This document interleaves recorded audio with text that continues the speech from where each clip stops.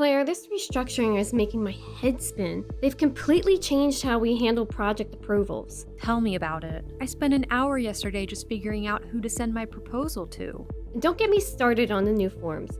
They're so confusing.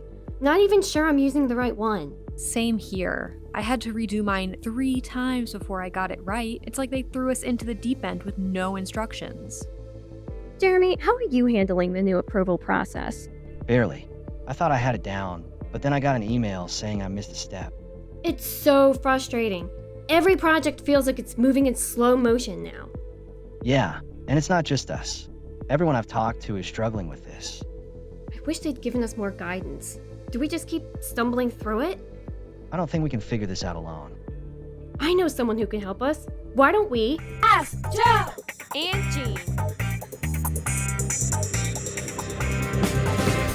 Setting clear expectations when implementing a new process is crucial for success.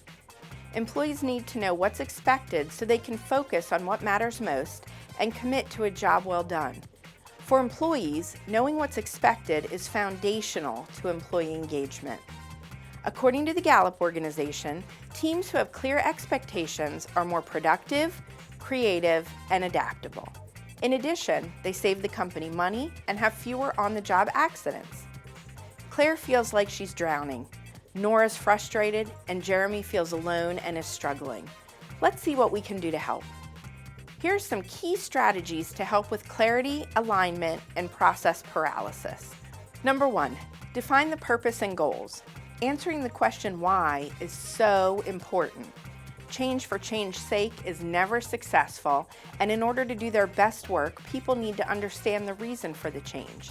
To increase understanding and engagement, tie the change to broader objectives such as company values, increased member satisfaction, or compliance requirements.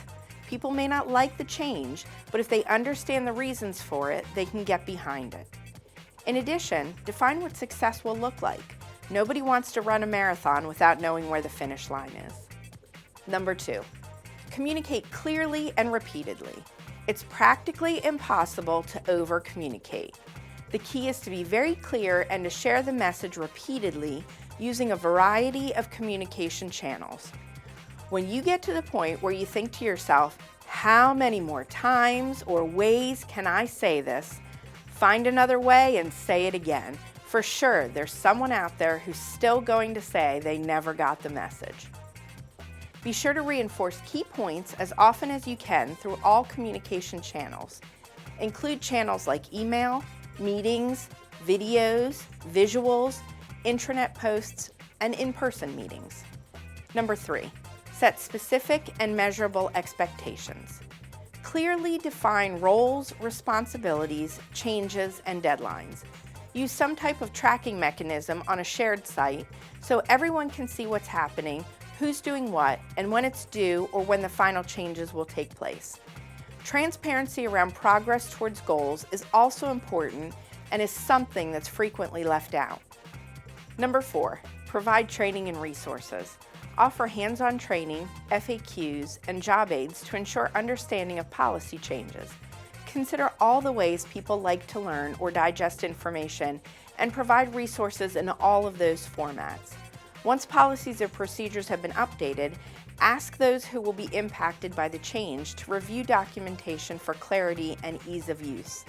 Finally, make sure the resources you've spent time perfecting are easily accessible by everyone. Number 5, encourage feedback. Again, communication. Create numerous channels for people to check progress and to share questions, concerns, and ideas. Be flexible and willing to adjust based on the feedback that's being received. Asking for feedback and not acting on any of it, or at least explaining why it can't be implemented, is sure to build frustration and distrust. Number 6, monitor, reinforce, and share success. Establish accountability through check-ins, reporting, or performance tracking. Recognize those who adapt well and support those who are struggling. Number 7, lead by example. Do as I say, not as I do is not a good leadership strategy. Ensure leaders and key influencers follow the process first. Their example demonstrates commitment to the new way and reinforces its importance. Clear expectations provide direction for each person so they can meet the desired outcome and understand their value and fit within the organization. Have a leadership question? Email us at askjoe@mycuservices.com. We'd love to help. Have a leadership concern and don't know where to turn? Ask Joe and Jeanne. Send your questions to askjoe@mycuservices.com.